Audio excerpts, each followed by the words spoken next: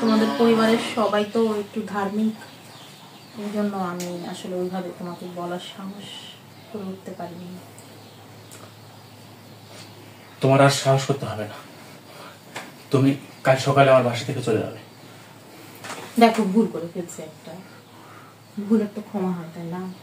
ভুলের ক্ষমা হয়, কিন্তু মানুষের দুর্বলতার সুযোগ নিয়ে খেলা করার এটা কোনো ক্ষমা হয় না। আসলে আমি বুঝতে পারিনি, আমি জানি যে তোমাদের বাসার সবাই পরহেজগার, আর আমি যদি মানে বন্ধুদের সাথে কথাবার্তা বলি তুমি কিভাবে নিবা, এই জন্য আসলে আমি বলিনি। আর আমার কথা কি বললে? সহজ সরল, তাই না?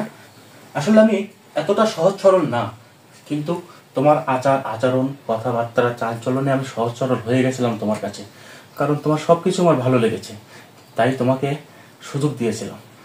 যে মনের মতো আসলে কোনো কিছু পেলে না, তখন আর ওই হুঁশ থাকে না।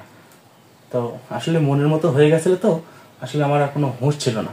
তুমি যা বলেছ তাই শুনেছি, যা করতে বলেছ তাই করেছি, কিন্তু আমি ভুল করেছি। আমি কোনো কথা শুনতে চাই না, তুমি কালকে সকালে আমার বাড়ি থেকে চলে যাবে। কাল সকালে যেন ঘুম থেকে উঠে তোমার মুখ আমি যেন না দেখি, এই আমার শেষ কথা। শোনো না,